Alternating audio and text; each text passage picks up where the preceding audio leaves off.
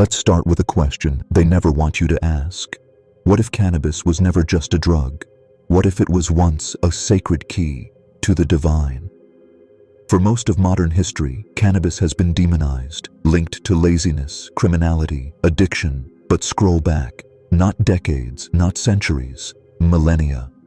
In the ancient world, cannabis wasn't just accepted, it was worshipped, used in temples, burned in rituals, infused in oils for anointing kings, priests, and oracles. Archaeological records in India, Egypt, China, and Mesopotamia all point to one uncomfortable truth. Cannabis was once spiritual technology, not entertainment, not escape, activation. Let's go to ancient India, where cannabis was called bhang and linked to Shiva, the god of destruction and rebirth. Shiva was known to meditate in trance-like states, surrounded by sacred herbs and psychoactive smoke. Devotees would consume bhang to enter altered states, not to party, but to connect, to self, to cosmos, to the cycle of life, death, and rebirth. Now cross into Egypt. Hieroglyphs and temple texts suggest cannabis was mixed with blue lotus and used by high priests in initiation rites. It was considered a channeling tool to receive messages from the gods. Not everyone had access, only the initiated, only the prepared, because they believed this plant could open gateways, but only if the soul was ready. And here's where it gets even more real. In the ancient Hebrew temple, some now believe the sacred cannabis mentioned in the Old Testament was in fact cannabis, used in anointing oil, rubbed on the skin, inhaled through sacred smoke. So why don't we hear this? Why is cannabis only ever portrayed as recreational, addictive, or dangerous? Because power that's uncontrolled is feared, and a plant that could unlock consciousness threatens the systems that feed off unconsciousness.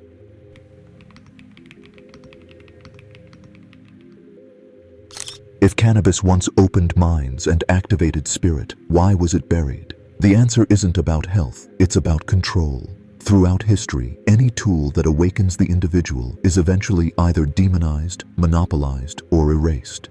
Let's rewind to the Roman Empire. When Rome expanded across Egypt and the Near East, it began to erase and absorb the mystery traditions, the temples of Isis, the rites of Dionysus, the teachings of the Essenes. Cannabis was part of those rites, used by oracles, seers, midwives, and high priests.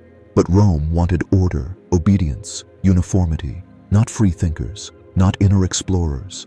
So they labeled these rituals as pagan and systematically shut them down. Fast forward to the church era. By the time Christianity became institutionalized, the use of plant-based sacraments was a threat. Because if you could experience the divine directly, through breath, through trance, through a flower, then why would you need a priest? Why would you obey a hierarchy?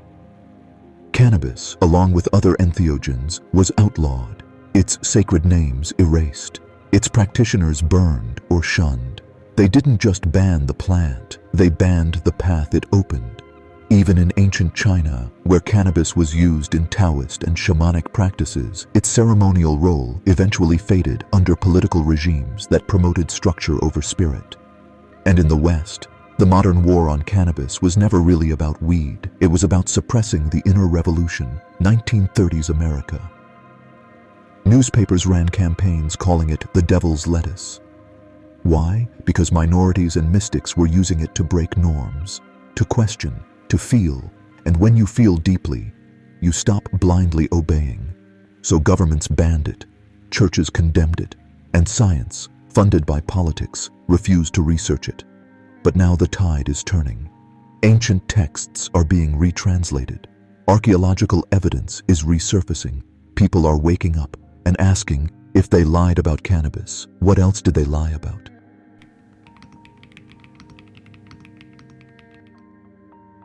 So we've seen how cannabis was revered and how it was buried. But what did these ancient rituals actually look like? How was the plant used, not as escape, but as a spiritual bridge? Let's start in ancient Persia. Texts from the Zoroastrian Avesta speak of haoma, a psychoactive elixir believed to connect the soul to divine intelligence. Some scholars now believe haoma contained wild cannabis. It was consumed in sacred ceremonies, accompanied by mantra, fire, and deep rhythmic breathing. Participants didn't get high, they got free. They saw visions, they met ancestors, they received messages, and the effect wasn't temporary. They came back changed. In India, yogis used cannabis not to numb, but to still the mind. Mixed into milk with spices, called bhang, it was consumed during rituals to Shiva. The practice was strict, fasting before consumption, reciting mantras while preparing the mix, drinking slowly only after entering a meditative state. Eyes closed, spine straight, breath aligned. The result? A journey inward, through the chakras, up the spine, to the crown. They believed cannabis opened the Ajna chakra, the third eye, but only if your intentions were clean. If you came with ego or chaos, you'd face your own shadow. This wasn't recreation, it was initiation. The Egyptians were even more meticulous. Priests combined cannabis with blue lotus, another sacred plant known to open the heart chakra. They anointed the forehead, chest, and crown with infused oil, then inhaled the smoke in chambers lined with obsidian and gold. The sound of deep chants echoed while they entered trance. They believed cannabis grounded the body, lotus lifted the spirit, and together they opened the gateway between worlds. These weren't high priests by title, they were high in consciousness. The ritual common threads: preparation, fasting, silence, intention, environment, sacred geometry, natural elements, support, music, breath, guides, outcome, visions, healing, downloads. These cultures didn't worship the plant, they respected it as a tool, a sacred mirror, one that shows you what's buried and what's possible. Now pause and ask, if they had such depth and reverence, how did we get reduced to memes, munchies, and paranoia? Because they erased the ritual, they left the substance, and stripped the meaning. But now, it's coming back. And if you're feeling the pull, it means you're ready to remember. If this truth hits something deep inside you, don't let it fade. Subscribe now and turn on the bell, because in the next parts, we go even deeper into the power they never wanted you to rediscover.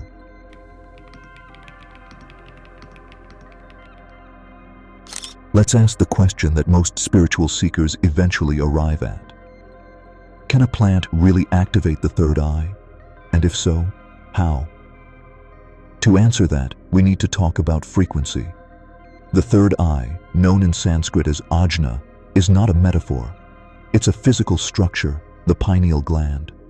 Located at the center of your brain, between the hemispheres, and covered in photosensitive cells, the same kind found in your eyes. It responds to light, it regulates melatonin, it produces DMT during birth, death, and deep meditation. Now here's where cannabis comes in. Cannabis plus pineal equals conscious text studies have shown that THC and CBD interact with the endocannabinoid system, which itself regulates consciousness, emotion, and perception. When taken in sacred context, low dose, high intention, cannabis appears to stimulate pineal activity, helping the mind slow down mental chatter. Enter trance states, loosen ego boundaries, access symbolic, visionary inner realms. That's why ancient initiates didn't overuse it. They didn't smoke to feel good. They smoked to see, to decode symbols, to receive insight, to travel inward. Let's go back to the rituals, when combined with breathwork, binaural chants, darkness, meditation, fasting, or sensory deprivation. The experience would become more than just mental. They'd feel energy rising up the spine, kundalini, a buzzing or tingling between the brows, pulsing light behind closed eyelids. Many reported visions, geometric patterns, past life, flashbacks, encounters with guides, downloads of universal knowledge, and after the session, profound stillness, unshakable presence, answers to questions they didn't know they were asking. But here's the warning they always gave. If your mind is chaotic, the visions will be too. Cannabis amplifies your state, it doesn't fix it. So if you enter ritual with fear, ego, or distraction, that's what gets magnified. That's why the ancients emphasized purification, first silence before smoke, intention before ingestion. Because the third eye is sacred, and once it opens, you can't unsee what's revealed. So ask yourself now, what if the high isn't the goal, but the doorway? What if the real power of cannabis isn't in escaping, but in remembering? Remembering who you were, before conditioning, before noise, before forgetting.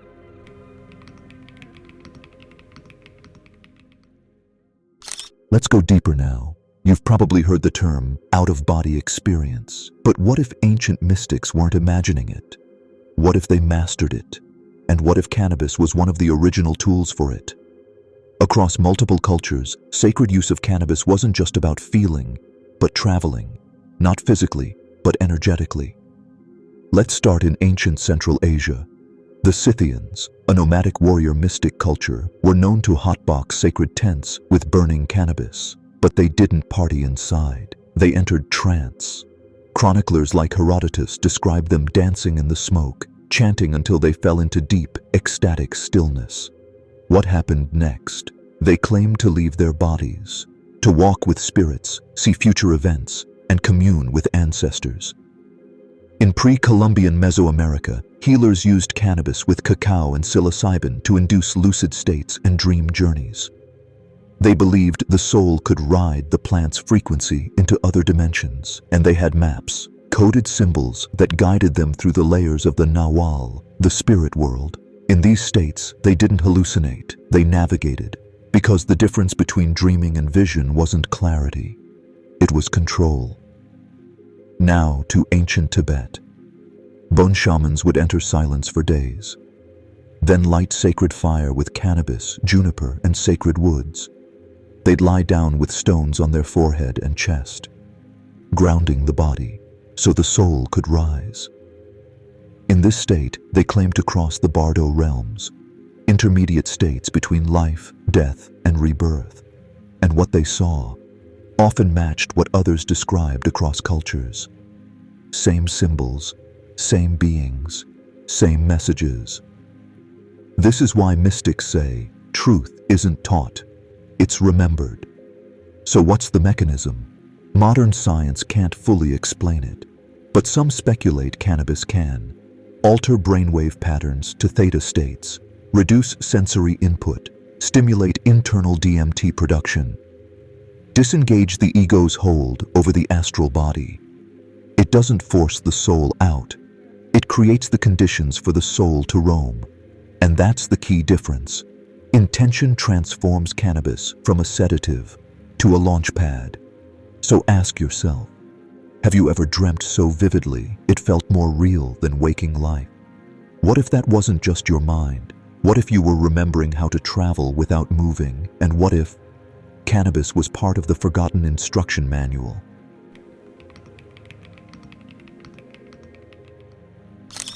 Let's get honest. In today's world, cannabis is everywhere. But is anyone truly using it? Or just abusing it? Because the plant is the same, but the context completely different. Ancients used it for intention. We use it for escape. They fasted, prayed, meditated. We scroll, snack, zone out. So here's the hard truth. Cannabis doesn't create awakening. It amplifies your state. And if your state is distracted, anxious, or lost, the plant just takes you deeper into that loop. That's why so many people say, I get paranoid. I lose motivation. I feel disconnected. Because without spiritual discipline, you're lighting a key without knowing what door it opens. But here's the deeper truth they don't tell you. You can still use cannabis as a sacred tool, but it requires a total reset of mindset. It's not about dosage, it's about devotion. Here's what the new mystics are doing. Microdosing, not overindulging. Pairing cannabis with breathwork or mantras. Smoking only in silence or nature. Journaling during the come-up. Meditating through the peak. Reflecting post-experience. Setting a clear energetic intention before every session. They don't treat cannabis like a toy. They treat it like a teacher. And guess what? It teaches, sometimes softly, sometimes violently, but always honestly. Let's break it down. Right frequency, ill vision. Wrong frequency, ill distortion. Right mindset, ill expansion. Wrong mindset, ill confusion. So the question isn't, is cannabis spiritual? It's, are you ready to meet what it shows you? Because if you're using it to numb, you'll get more numbness. But if you use it to awaken, you'll get revelation. Think of it this way. Your body is the temple. Your breath is the chant. And the plant, the incense that carries the prayer upward. But if you're not praying, what's the smoke even for? So ask yourself right now, is your cannabis use building your power or stealing it? Because the plant is neutral, the ritual is sacred. And the intention, that's what determines your destiny.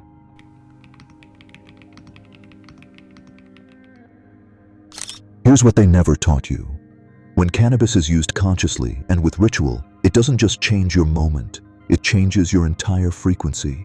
People who engage this path seriously report more than relaxation. They talk about profound emotional clarity, deep spiritual downloads, enhanced pattern recognition, increased heart coherence, lucid dreams and astral recall, heightened sensitivity to energy, and most importantly, alignment. Not just with the cosmos, with their own soul. Let's break it down. When cannabis is consumed with intention, the brain starts forming new connections. The default mode network, the part of your mind that keeps you in mental loops, begins to loosen. And as it does, your awareness expands. You start seeing through your own conditioning. Thoughts become less reactive. Feelings become less chaotic. Everything slows. But here's the key. You have to meet the silence halfway, because cannabis opens a space, but you decide what fills it. That's why modern spiritual seekers are creating what they call cannabis protocols, not routines, not addictions, spiritual frameworks. Here's an example. 1. Set a sacred space, candles, sacred geometry, symbols. 2. Cleanse the body, fast for 12 to 24 hours before 3. Prepare the mind, journal your intention clearly. 4. Inhale in silence, 1 or 2 mindful breaths. 5. Drop into the body, feel the energy rise. 6. Meditate, move or chant, let your frequency rise with it. 7. Reflect and integrate, write, draw, or sit in stillness after. This isn't getting high, it's entering higher states. Some even say they feel more sober after the ritual than they did before it. Why? Because they've realigned with something truer, more centered, more real than the noise of the world. And the ripple effect? Better decision-making, reduced anxiety, enhanced creative expression, more presence in relationships. Synchronicities become obvious. Inner guidance gets louder. Sleep becomes deeper. Dreams become meaningful. This isn't fantasy. It's what happens when a plant is met with purpose. It's not magic. It's mechanics of consciousness. You unlock the door from within. So ask yourself, if this is possible, why aren't we all taught this? Why did they reduce it to a stoner culture, a criminal offense, a joke? Because if you realized what this plant could unlock in you, you'd never see yourself the same again.